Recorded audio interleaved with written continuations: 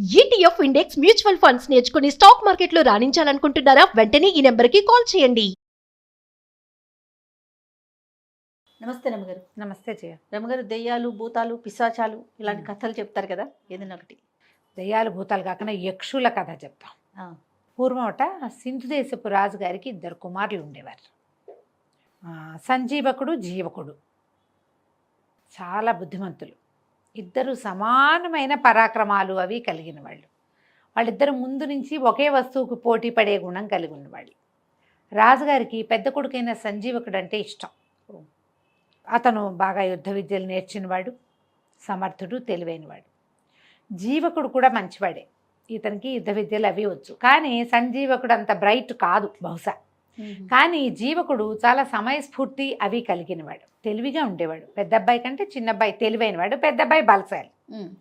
అయితే వీళ్ళిద్దరిలో రాజుగారికి పెద్ద అబ్బాయి అంటే ఇష్టం. తన తర్వాత రాజ్యానికి వస్తాడని, బాగా యుద్ధ విద్యలు అవి తొందరగా నేర్చుకున్నాడని, అలా కొంచెం ఒక పెద్ద పిల్లల మీద ప్రీతులు కనపడుతూ ఉంటాయి. అవునులేండి. వీళ్ళకు ప్రధానమంత్రి గారు ఒక ఆయన ఉన్నాడు. ప్రధానమంత్రి గారికి వాసంతిక అని ఒక కూతురు ఉంది. ఈ అబ్బాయిలు ఇద్దరు వెంటనే 1 సంవత్సరం గ్యాప్తో పుట్టిన వాళ్ళు. వాసంతికి వీళ్ళకంటే కొద్దిగానే చిన్నది, కానీ చిన్నప్పటి నుంచి కలిసి ఉన్నారు. ఈ 2 అబ్బాయిలకి వాసంతికని పెళ్లి చేసుకోవాలని ఉంది. రాజుగారు తేల్చుకోలేకపోయారు, మంత్రి గారు తేల్చుకోలేకపోయారు. ఏమన్నారు, మీలో ఎవరో ఒకళ్ళు ఊరుకుంటే రెండో వాళ్ళకి అమ్మాయినిచ్చి పెళ్లి చేస్తానన్నాడు. వాళ్ళిద్దరూ తగ్గేదేలే అన్నారు. తగ్గల. అయితే ఏమైంది, సరే పట్టాభిషేకం చేసే సమయం దగ్గరకు వస్తుంది, వివాహం కావాలి. వివాహానికి ఒక పోటీ పెడదాం అనుకున్నారు. ఏం పెడదాం పోటీ? సరే ఏమన్నారు, కోట గోడెక్కి రాజకుమారులు ఇద్దరు చెరుకో బాణము వేయాలి. ఎవరి బాణం ఎక్కువ దూరం పోయిందో వాళ్ళకి వాసంతికనిచ్చి వివాహం చేస్తారు, పట్టాభిషేకం చేసేస్తారు. సరే అబ్బాయిలు ఇద్దరు బాణం వేశారు. కోట గోడ దాటి రాజవీధులు దాటి పడింది సంజీవకుడి బాణం. యువరాజు బాణం దొరికింది, ఇక్కడ దొరికింది అన్నారు. దూరంగా కనపడింది. జీవకుడు వేసిన బాణం అసలు కనపడలా. అది ఎక్కడికి వెళ్ళిపోయిందో. మరి వెళ్ళిపోయింది కాబట్టి అది దూరం వెళ్ళింది అనుకోవడానికి వీల్లేదు. అది ఎక్కడో పడిపోయింది, కనపడలా. కాబట్టి పోటీ విరమించేసినట్టు, సంజీవకుడే గెలిచినట్టు ప్రకటించేశారు. వాసంతికనిచ్చి వివాహం, పట్టాభిషేకం. ఈ పెళ్ళి పట్టాభిషేకం సందట్లో జీవకుడిని ఎవ్వరూ పట్టించుకోవాలి. ఈ జీవకుడికి ఆశ్చర్యం వేసింది. అన్నయ్య డెఫినెట్గా నాకంటే బాగా వేస్తాడు, నాకు తెలుసు. కానీ నాది కూడా ముందో వెనకో ఎక్కడో పడి ఉండాలిగా బాణం, ఎందుకు కనపడలేదు అది అని చెప్పి వీళ్ళంతా పట్టాభిషేకం హడావిళ్లలో ఉంటే అతను తను బాణం వేసిన దిక్కుగా నడిచి వెళ్ళాడు. ఎంతో దూరం వెళ్ళిపోయాడు. కనీసం ఒక 70 ఆమడలు నడిచాక ఓ కొండ వచ్చింది. అక్కడ ఇతనికి తన బాణం దొరికింది. ఆశ్చర్యపోయాడు. ఏమిటి ఇంత దూరమా, నాకు అంతుందా? అంత లేదే. కానీ ఇతను ఒకటి ఏం గమనించాడు, ఇప్పుడు ఇతను మనం ఇటు నుంచి బాణం వేసామనుకో, మూలిక ఎటు వెళ్తుంది, మూలిక ఎక్కడ ఉండాలి, అటు ఉండాలి అంతే కదా. ఆ మూలుకు ఇడు తిరుగుంది. ఎవరైనా చేత్తో పుచ్చుకొచ్చి పడేశారా ఇక్కడ? ఎట్లా వచ్చింది ఇది ఇక్కడికి? వస్తే వచ్చింది, ఇటుందేంటి మూలుకు? పోనీ నేనే వేశానంటే అటు ఉండాలిగా. అలాగని ఆలోచిస్తూ ఇతను ఆ బాణాన్ని చేత్తో పుచ్చుకుని ఆ కొండకి దగ్గరగా వెళ్ళేసరికల్లా అతనికి ఆ కొండలో ఒక తలుపు కనపడింది. కొండకి తలుపు ఉంటుందా ఎక్కడైనా? ఆశ్చర్యపోయాడు. ఏంటిది ఇట్లా తలుపు? ఆ కొండ అప్పుడు ఇంకా దగ్గరికి వెళ్ళేసరికి కొండ ఇట్లా విచ్చుకుంటున్నట్టు తెలిసింది. ఆ మధ్యలో ఉంది ఆ తలుపు. అతను ఆ తలుపుని తోసాడు. తోస్తే లోపల ఒక మహానగరం ఉంది. ఎంత పెద్దదో, ఎన్ని తోటలు ఉన్నాయో, ఇల్లు, వాకిళ్ళు, మేడలు, దగదగాయమానంగా మెరిసిపోతున్న గోపురాలు, శిఖరాలు ఎంత బాగున్నాయో. అందరూ మనుషులు భలే ఉన్నారు. వాళ్ళు ఎవరు మనుషుల్లాగా లేరు, యక్షుల్లాగా ఉన్నారు. చాలా ఆశ్చర్యపోయాడు ఇతను. ఆ బాణం పుచ్చుకుని వెళ్తుంటే అతనికి ఒక సౌందర్యవతి అయిన యక్ష రాజకుమార్తె కనపడింది. అడిగాడు, మీరెవరు? మా రాజ్యానికి ఇంత దగ్గరలో ఇంత కొండ ఉందేమిటి, ఈ కొండలో ఇంత నగరం ఉండటం ఏమిటి, మాకు ఎప్పుడూ తెలియదే ఇక్కడ యక్షులు ఉన్నారని అనేసరికల్లా ఆవిడ నవ్వింది. ఆవిడ పేరు సరసీరుహలోచన. ఆమె పేరా? ఆవిడ సరసీరుహ. అమ్మాయి ఏమందంటే, మేము ఎప్పుడు ఇక్కడే ఉన్నాం, నిన్ను చిన్నప్పటి నుంచి చూస్తున్నా నేను, చాలా చిన్నతనం నుంచి. నీ సమయస్ఫూర్తి, నీ తెలివితేటలు, నీ విధానం నాకు మొదటి నుంచి నచ్చినాయి. నీకు వాసంతిక తగిన భార్య కాదు, సంజీవకుడే ఆ అమ్మాయిని పెళ్లి చేసుకుంటాడని నేనే నీ బాణాన్ని తెచ్చేశా. ఓహో. చిన్నప్పటి నుంచి నిన్ను గమనిస్తున్నాను నేనంటే ఇతను ఆశ్చర్యపోయాడు. నువ్వు యక్షకన్యకవు కదా, నన్ను ఎందుకు చూస్తున్నావు నువ్వు అంటే, నాకు నువ్వు నచ్చావు, మాకు కావాల్సిన వాళ్ళని మేము పెళ్లి చేసుకోవచ్చు, మా నాన్న మా వాళ్ళు ఏం కాదనరు అని నువ్వు నాతోటే ఉండిపోమంది. ఈ అమ్మాయిని చూస్తే వాసంతికి ఎందుకు పనికిరాదు దీని ముందు. ఈ సరసేరుహ ఈ అమ్మాయి ఏమో ఇది కదా, మరి యక్షిణి కదా, ఆ యక్షలోకంలోనే ఉండిపోయాడు. వాళ్ళు అబ్బో ఈ అబ్బాయిని చాలా చేశారు, గౌరవించారు, మర్యాద చేశారు, బోల్డన్ని అతిథి మర్యాదలు చేశారు, ఫుడ్స్ రకరకాలు. అక్కడ ఉన్నవి ఏమిటి, ఆ నగలు ఏమిటి, ఆ నాణ్యాలు ఏమిటి, ఆ కిరీటాలు ఏమిటి, ఆ స్నానాలు ఏమిటి, ఆ స్నానం చేయించే విధానం ఏమిటి, ఆ ఈత కొలనులు ఏమిటి, అబ్బో అసలు చెప్పలేమన్నమాట. దాని ఆ నగర సౌందర్యము, ఆ పట్టణం ఇది మామూలుగా లేదు. ఎన్నాళ్ళో ఉండిపోయాడు. ఆ అమ్మాయినిచ్చి పెళ్లి చేసేసారు ఈ సరసీరుహని ఇతనికి, ఈ జీవకుడికి. జామని ఉన్నారు.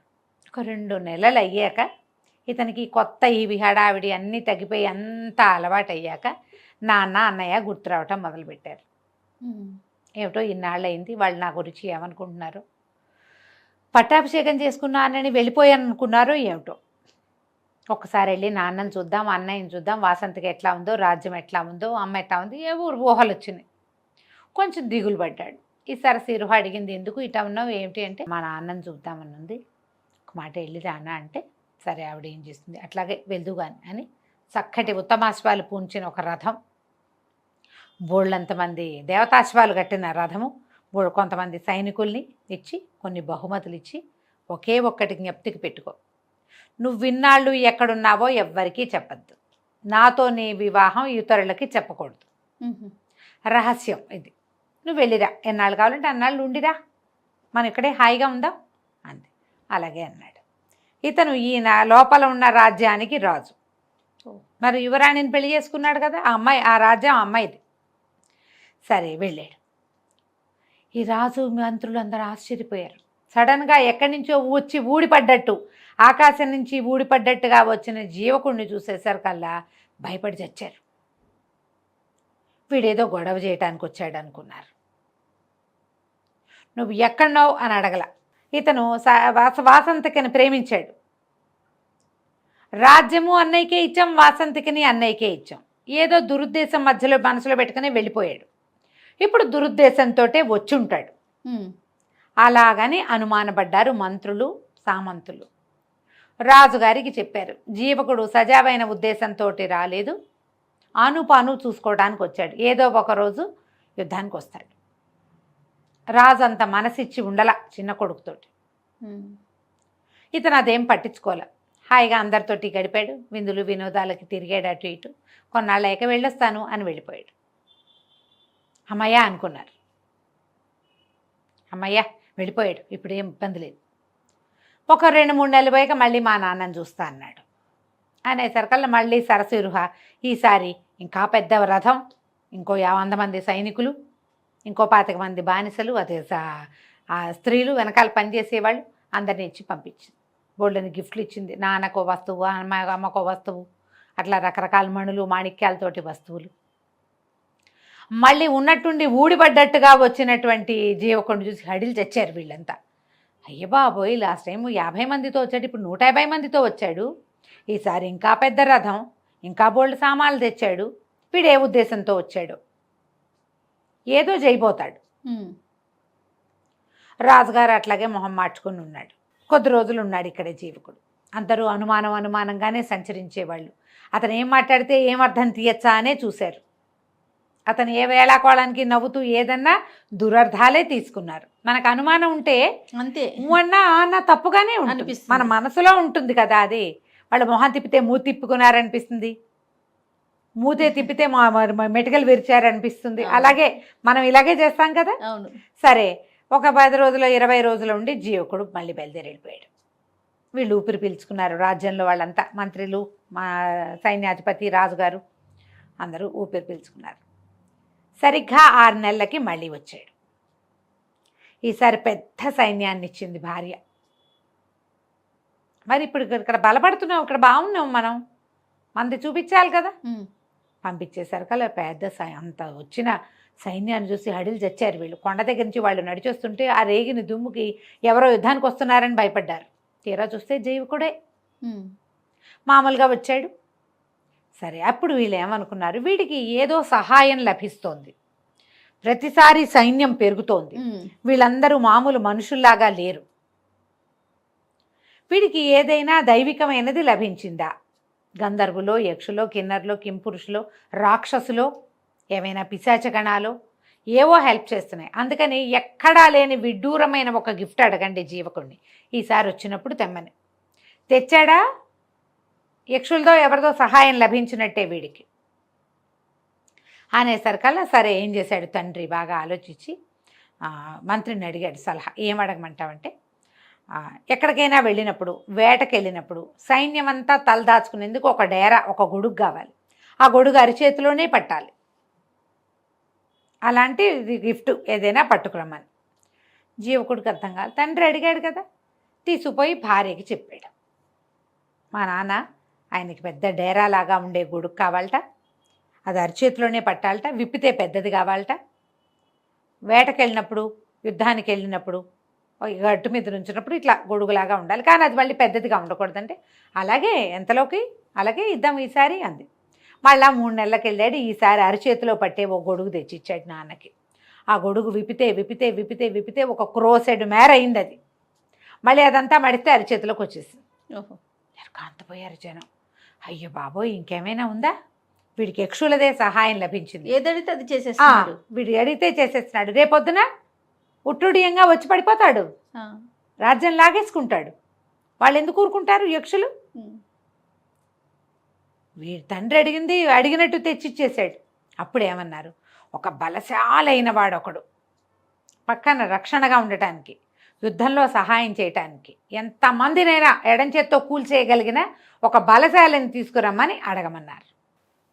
అడగమనేసరికల్లా జీవకుడు సరేనన్నాడు. ఏముంది, 6 నెలలకి 3 నెలలకి నాన్నని చూడ్డానికి వస్తున్నా, ఆయన ఏదైనా అడిగితే యక్షిని మన భార్య ఇస్తుంది అనుకున్నాడు. వెళ్ళి అడిగాడు. సరసిరుహంది, ఇది మంచిది అడగలా మీ నాన్న, ఇది మంచిది కాదు, ఇది సమస్యలకు దారితీస్తుంది. కానీ మా నాన్న అడిగాడు కదంటే, అలాంటి మనిషి ఉన్నాడు, మా అన్నయ్యే, కానీ అతను ఉద్రేకి, అతనితో పని ఎలా అవుతుందో మనకు తెలియదు, మీ నాన్న అడిగాడు కాబట్టి పంపిద్దాం అని చెప్పి జీవకుడు ఇక్కడే ఉన్నాడు.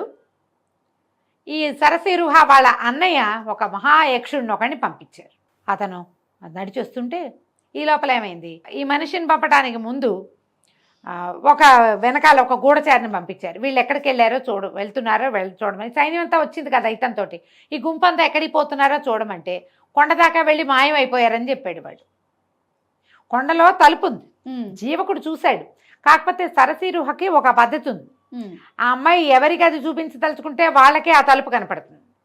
జీవకుడికి చూపించదలుచుకుంది కాబట్టి చూపించింది, సైనికుడికి చూపించదలుచుకోవాలి, వాడు ఎవడో ఆవిడకి తెలియదు, జీవకుడు వస్తున్నాడని తలుపు చూపించింది. ఇక్కడ ఆవిడ ఆసక్తి లేక, ఆవిడకి తెలియక ఈ తలుపు వాడికి కనపడలా. వాళ్ళు ఆ తలుపులోకి వెళ్ళటాన్ని వాడు మాయమైపోవటంగా భావించాడు. అంటే గ్యారంటీగా యక్షులదే సహాయం.